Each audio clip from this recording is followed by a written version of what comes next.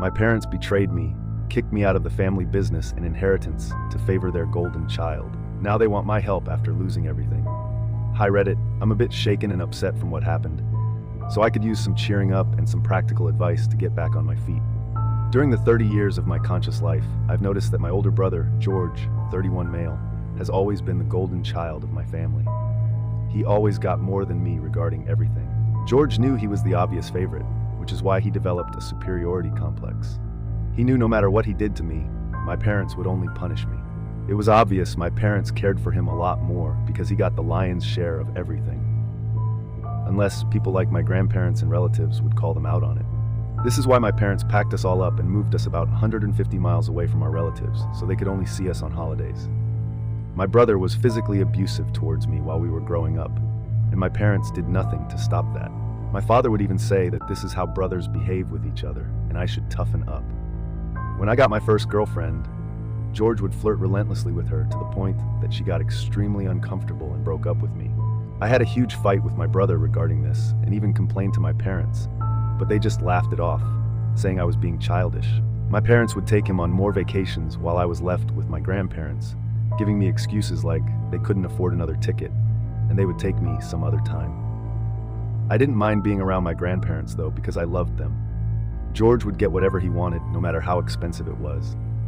When I was 16, I got my driver's license, even though my brother, who was a year older than me, kept failing his driving tests. I was working a part-time job at McDonald's, so I asked my parents if they could help buy me a second-hand car, and I would pay them off over the years. But they refused. When my brother finally got his driving license, they immediately bought him a car. I was so shocked and tried to talk to my parents about it, but they said he needed it more than me. When my 18th birthday came, my parents agreed, after much pleading, that they would buy a car for me. When George heard that, he suddenly decided that his car was old for him and he wanted a new car. My parents decided to give me George's old car and buy him a new one. Even though I felt dejected, I accepted it because at least I had a car now to drive to work. I only got equal treatment when my parents had to keep up appearances in front of the rest of the family during their visit. I admit it was rather funny to see the looks on their faces whenever they had to treat me equally to my brother on birthdays and Christmas, because other people were present. We had relatives who were very nosy and loved gossiping and drama, so my parents did their best to hide their favoritism and threatened me to keep my mouth shut in front of others. Otherwise, they would take away all my stuff. When my older brother graduated high school, my parents were beside themselves with joy. They showered him with praise, expressing how proud they were of his achievements, and even organized a celebration for him. But when it was time for my high school graduation, my mother was late to arrive, even though she had been at home all along, and my father never even bothered coming that night.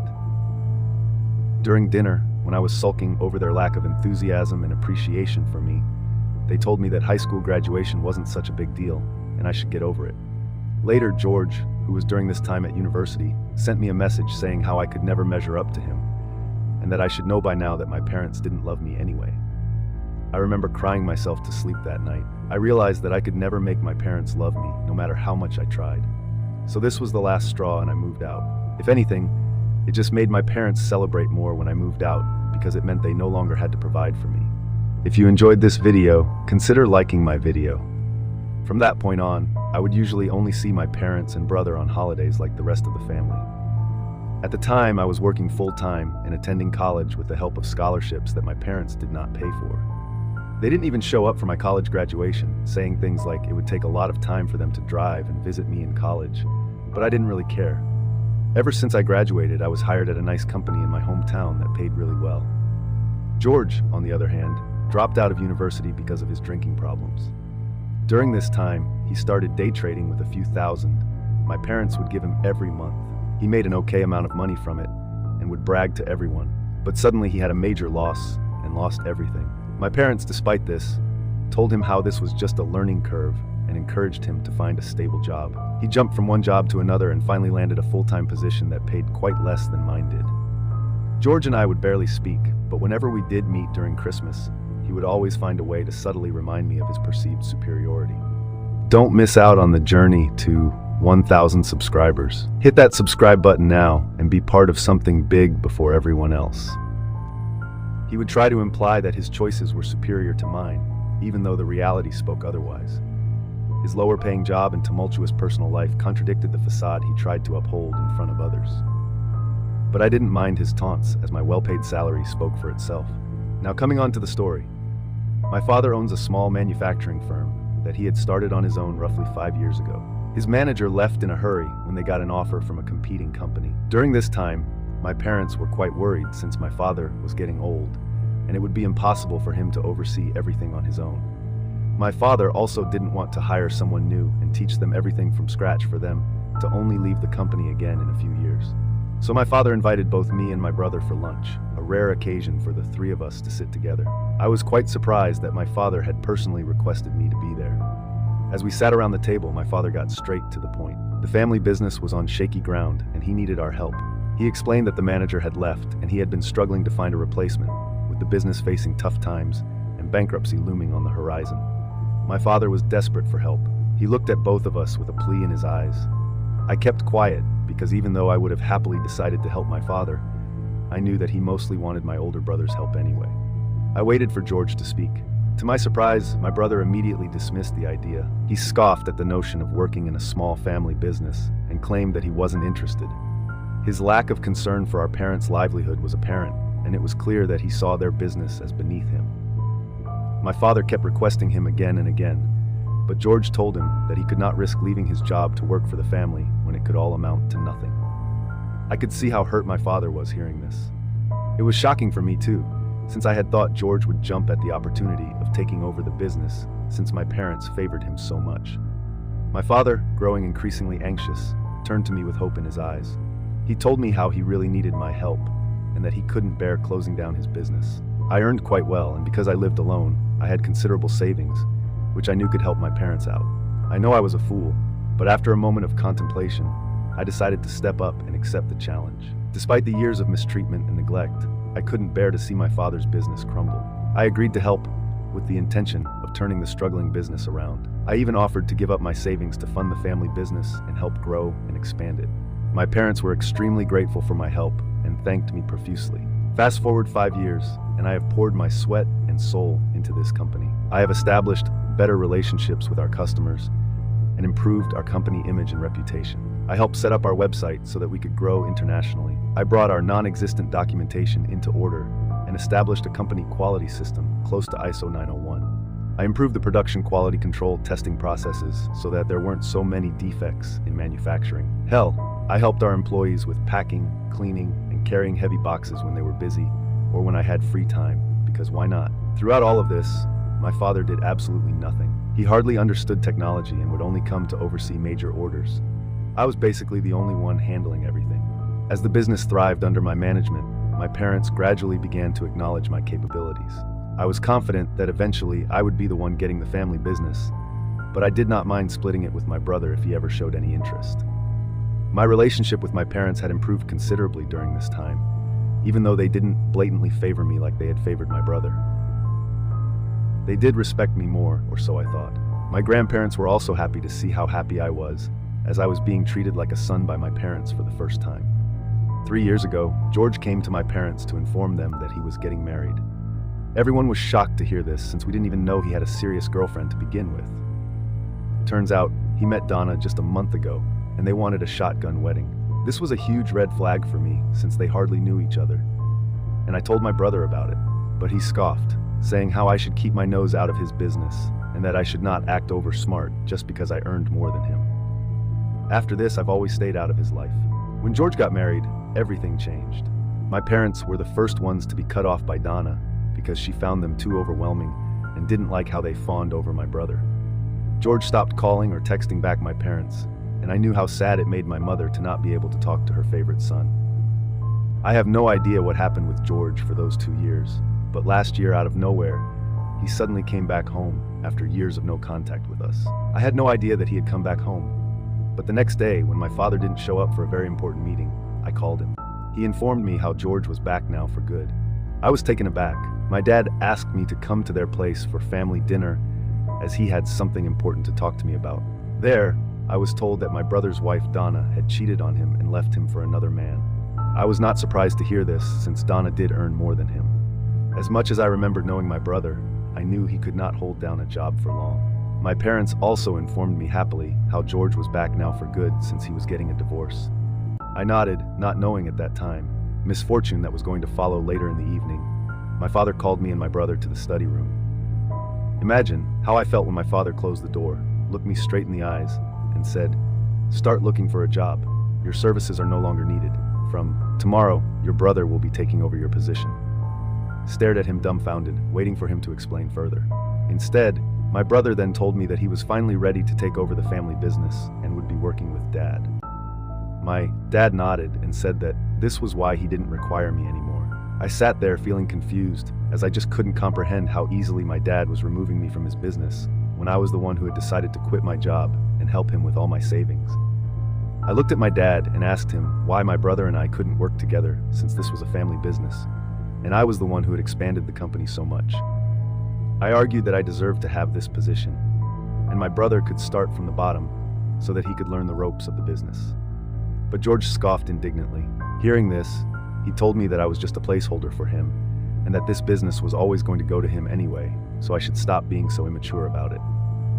I argued with my father, explaining how I had turned our losses into profits, and he could not just do that to me.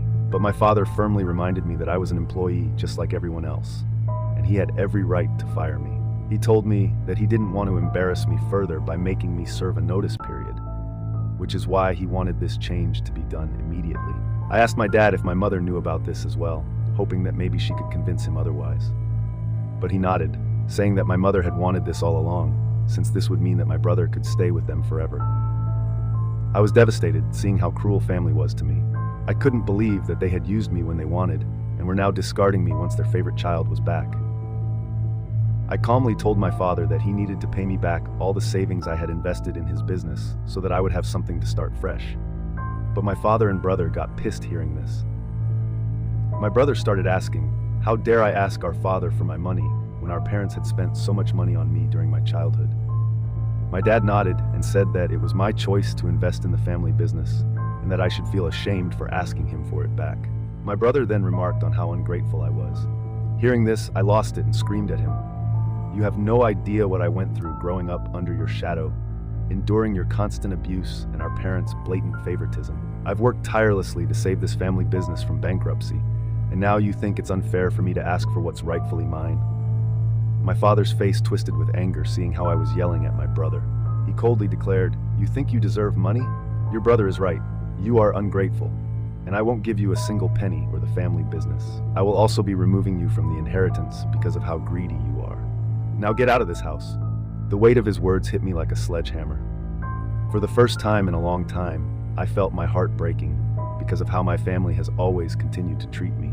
The dream of inheriting the family business and receiving what I believed was rightfully mine shattered before me. My father's anger was palpable, and the denial of both the business and the inheritance felt like a cruel betrayal. I took a deep breath, trying to calm down. I told my dad, "Okay, if that's what you want, I'll go my own way. You can keep your business and money. I'll start from scratch and build my success. One day you'll see you made a mistake." I didn't stick around for their response filled with more negativity. I just walked out of the house. After that day, they never reached out to me again. My grandparents eventually found out the news of my brother coming back after years of no contact and taking over the business, and how my family had kicked me out. They reprimanded my parents, but it was too late by then. It's been 6 months since I left my family business and stopped all contact with my family. Facing the days that followed was tough. I had to come to terms with the reality of starting over. It hurt knowing my family didn't want me, but it fueled a determination to succeed on my own. At first, finding a job seemed challenging. I hadn't worked a regular job for a long time, and after managing our family business, I realized how good I was at it. Then a bright idea struck me. I decided to approach companies that were in direct competition with ours. I highlighted my skills and experience, emphasizing how I had successfully managed my family business and turned it around. Surprisingly, a couple of companies were interested in what I had to offer. I went for interviews, and eventually one of them offered me a job. It was a fresh start, and I was eager to prove myself in a new environment. The new job was challenging, but I tackled each task with the same determination I had used to save my family business. Slowly, I began to rebuild my life and regain the confidence that had been shattered by my family's rejection. As the months passed, I not only found stability in my professional life, but also in my personal well-being. The absence of toxic family dynamics allowed me to thrive and and discover my true potential. Everything was starting to go well in my life when last week, out of nowhere, my parents contacted me. I ignored their calls at first, but they kept calling and sending me multiple text messages. Eventually, I decided to answer, curious about what they wanted after 6 months of silence. My parents' voices sounded anxious over the phone. They asked me if I could help them out paying their bills this month because their electricity had been cut off. I was taken aback hearing their sudden demand. No, how are you? It's been a long time, or even an apology, just straightforwardly asking me to pay their bills. I calmly told them to ask their successful son to pay them and not to disturb me again. Hearing this, my mother on the other line started crying. Then I was told how the family business was now in serious financial trouble and on the verge of bankruptcy. My father went on to say how they needed my help desperately. It turns out my parents have lost everything thanks to the golden boy who used nearly 90% of my parents' savings, plus their retirement, in investing in crypto and day trading. He convinced them to invest it all in crypto at the beginning of the year, and they listened, thinking their money would triple. But one market crash and rug pull later, it's all gone. George was also failing miserably in the family business, and all the workers hated him. He clearly had no idea how to manage everyone, which was no surprise, and the family business had lost a lot of contracts and major clients. I couldn't help but laugh bitterly at the irony of the situation. After years of mistreatment, my parents had the audacity to expect me to come to their rescue. I told them that I was not going to forget how they kicked me out of the family business and inheritance, so they should forget calling me ever again. My parents tried to argue back, saying that I owed them for everything they had done for me during my childhood, and that I should be a better son to them. I was getting so pissed at their audacity, so I took a moment to collect myself and calmly reminded them of the years of favoritism, mistreatment, and the savings I had invested in their business, which they had never paid me back for. I pointed out how I had turned their struggling business into a thriving one, all the while being treated as a mere employee. I warned them that if they ever contacted me again, I would take them to court to force them to pay me for the savings I had invested in their business and force them to sell their house to pay me back. The conversation quickly turned into a heated argument when my parents heard this, but I stood my ground and firmly told them that I wouldn't be coming to their aid, no matter how much they cried about it. It felt liberating to finally stand up for myself and reject their demands. I couldn't believe the audacity of my parents to think I would forget years of mistreatment and come running when they needed help. I ended the call, knowing that I had made the right decision for my own well-being. Since then, I have received messages and calls from them, my brother, and other relatives saying how I should help them out and that I'm being too cruel. Only my grandparents, with whom I stayed as a child while my parents went on vacation, have stood by my side, knowing how my parents have behaved with me for refusing to help my family out now that they have lost everything, thanks to their golden boy. Update 1. I wanted to express my heartfelt gratitude for the overwhelming support and encouragement I have received from this community. Your words have been a source of strength during this challenging time, and I appreciate every comment and message that has come my way. It means more to me than I can adequately express. The reason all my relatives have found out about this is because my parents reached out to one of their cousins for help when I refused. Instead of telling them the entire story about how my brother was behind their business going bankrupt, they told him how my brother was trying to work his way to support them at such a tough time, while I had blatantly refused to pay their bills. They straight up lied, knowing that I would be blamed by everyone just to not embarrass my brother. I agree with everyone that I should not keep my mouth shut anymore, since what my parents have done to me cannot be forgiven or forgotten. After taking some time to reflect on the situation and discussing it with my grandparents, who have been a consistent source of support throughout my life, I have decided to clarify things with my extended family this weekend. I plan to address the years of mistreatment, the unjust removal from the family business, and the financial investment I made in my parents' struggling enterprise that was never acknowledged. It's time to set the record straight and make my side of the story known. I will update you once I have informed everyone. Update 2. So, as I had updated earlier, I wanted to address all my relatives' misconceptions, and I did just that this morning. I sent a mass email to everyone who had sent me a message or called me to ask why I wasn't helping my parents out in their tough time. In the email, I shed light on the years of suffering I had endured under my parents' roof, detailing the mistreatment, the blatant favoritism, and the unfair expulsion from the family business and inheritance when their golden child returned. I wrote exactly how much savings I had invested in the family business and how my parents kicked me out without paying a penny back to me. It was crucial for me to clarify the reasons behind my decisions and to ensure that everyone understood the reality of my experiences. I have to admit that after sending out the email, I feel much lighter because now everyone knows my side of the story. I don't know if my relatives will believe me, but regardless of whatever they choose to believe, I just wanted to speak my truth. Update 3. It's been 3 months since my last update, and I wanted to share some positive developments in my life. Following the mass email I sent to my relatives, some of them reached out to apologize, expressing their shock and sympathy for the years of mistreatment I had endured and how they had no idea about it. It was validating to hear their understanding and support, since my parents had hidden this so well from everyone.